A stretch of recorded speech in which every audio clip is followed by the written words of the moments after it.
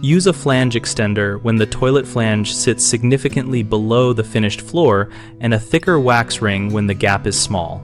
When the flange is more than 1/4 inch below the finished floor, a flange extender is usually the proper choice because it raises the flange to the correct seating height and preserves the compression fit of the closet bolts.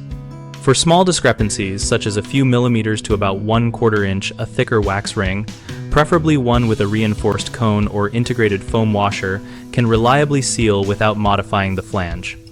If the total offset is large, you can combine a flange extender with a thick wax ring to get both the mechanical height and the compressive seal you need.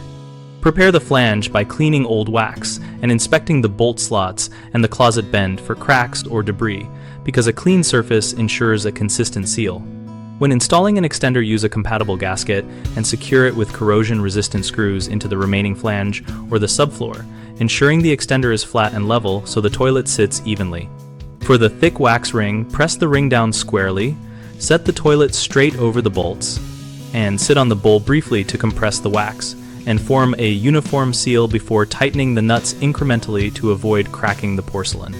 Common mistakes are choosing a thick wax ring for a deeply recessed flange, which leads to an unstable seal and potential leaks.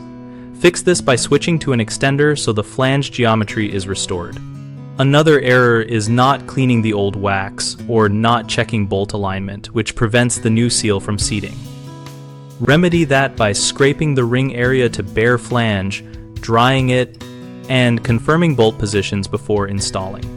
A third concern is over-tightening toilet bolts, which can crack the base or distort the seal. Tighten nuts evenly, alternate sides, and stop when the toilet no longer rocks.